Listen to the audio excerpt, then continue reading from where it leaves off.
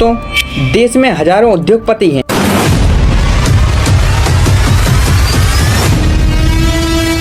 लेकिन निशाने पर सिर्फ एक का नाम क्यों आता है? जब जब सरकार बदली, तब तब नीतियां बदली, नियम बदले और फायदा बार बार एक ही कारोबारी घराने की झोली में गिरता दिखाई दिया।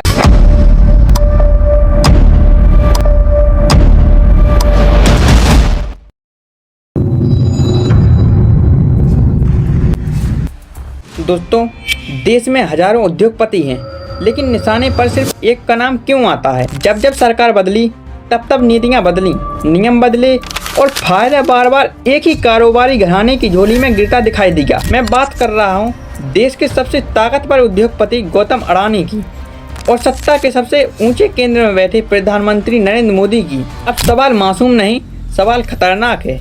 क्या ये सब महज इत्तेफाक है या फिर सत्ता और पूंजी के बीच बना एक ऐसा गठजोड़ जिसकी कीमत देश आज चुपचाप चुका रहा? क्योंकि पिछले एक दशक में अगर किसी एक कारोबारी का नाम सत्ता के साथ सबसे ज़्यादा जोड़ा गया तो वो है गौतम अडानी। गौतम अडानी भारत के प्रमुख उद्योगपति और अडानी ग्रुप के संस्थापक चेयरमैन हैं, जिनका जन्म 24 जून 1962 को गुजरात के अहमदाबाद में हुआ।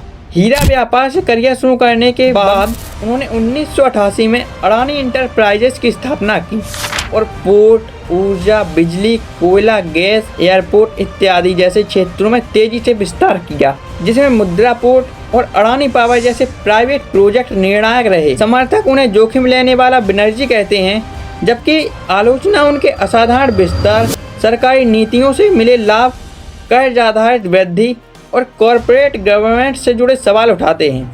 और यहीं से गौतम अडानी भारतीय राजनीति अर्थव्यवस्था की बहसों का एक केंद्रीय नाम बन जाते हैं।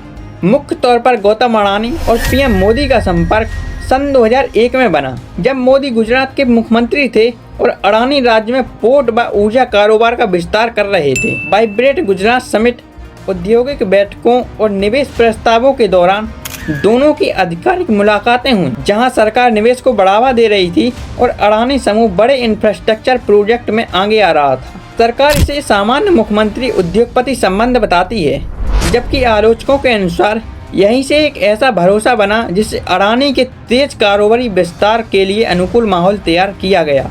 अब मैं आपको पीएम मोदी और अडानी ग्रुप से जुड़े 3 ठोस केस शेयर करूंगा, जिसकी कीमत आज भी देश की मासूम जनता महंगी बिजली, बढ़ते खर्च और कमजोर सार्वजनिक संसाधनों के रूप में चुका रही है। गौतम अडानी को मिले फायदों का एक सबसे बड़ा उदाहरण है मुद्रा पावर प्लांट। अडानी पावर ने सरकार और बिजली कंपनियों से 25 साल के समझौते इस वादे पर किए कि वह सस्ती बिजली देगा, इसलिए शुरुआत में बिजली का रेट जानबूझकर कम रखा गया और ठेका मिलते ही कुछ साल बाद कंपनी ने कहा विदेश से आने वाला कोयला महंगा हो गया, इसलिए उसी रेट पर बिजली देना संभव नहीं। इसके बाद बिजली के दाम बढ़ाने या नुकसान की भरपाई करने की मांग की। यह मामला बिजली आयोग से लेकर सुप्रीम कोर्ट तक पहुंच गया। सवाल सीधा है, अगर यह एक निजी कंपनी का व्यापारिक जोखिम था तो उसकी भरपाई सरकारी बिजली कंपनियों और आम लोगों से क्यों करवाई गई?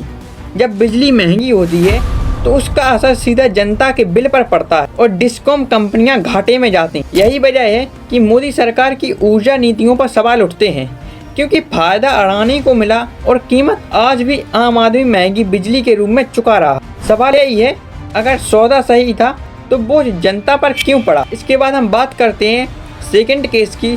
तो छत्तीसगढ़ के हसदेव जंगल में कोयला खनन का मामला लगभग सन 2010-11 से शुरू हुआ, लेकिन 2014 के बाद केंद्र सरकार की कोयला नीति में बदलाव के साथ इसे तेजी से आगे बढ़ाया गया।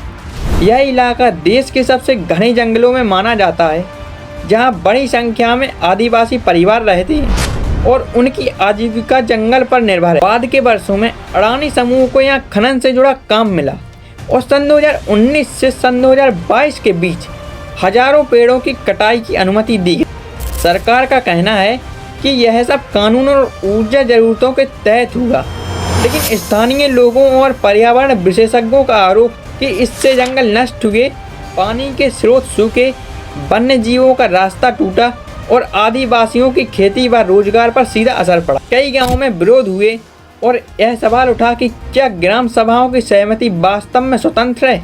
आलोचकों के अनुसार खनन से मिलने वाला फायदा कंपनियों को मिला, जबकि नुकसान जंगल और आम लोगों को उठाना पड़ा। सवाल सीधा है, अगर विकास के नाम पर हरे भरे जंगल काटे जाएं, लोगों का जीवन उजड़े और पर्यावरण बिगड़े, तो क्या इसे सही विकास कहा जा सकता है? आप लोगों की क्या राय है, कमेंट में ज़रूर बताएं। और अब बात करते हैं थर्ड केस की, जहां सन 2019 में केंद्र सरकार ने 6 बड़े सरकारी एयरपोर्ट्स का निजीकरण शुरू किया। अहमदाबाद, लखनऊ, जयपुर, गुवाहाटी, तिरुवनंतपुरम और मंगलुरु। और ये सभी एयरपोर्ट्स एक ही समूह अडानी ग्रुप को मिल गए। उस समय अडानी के पास एयरपोर्ट संचालन का अनुभव लगभग नहीं था।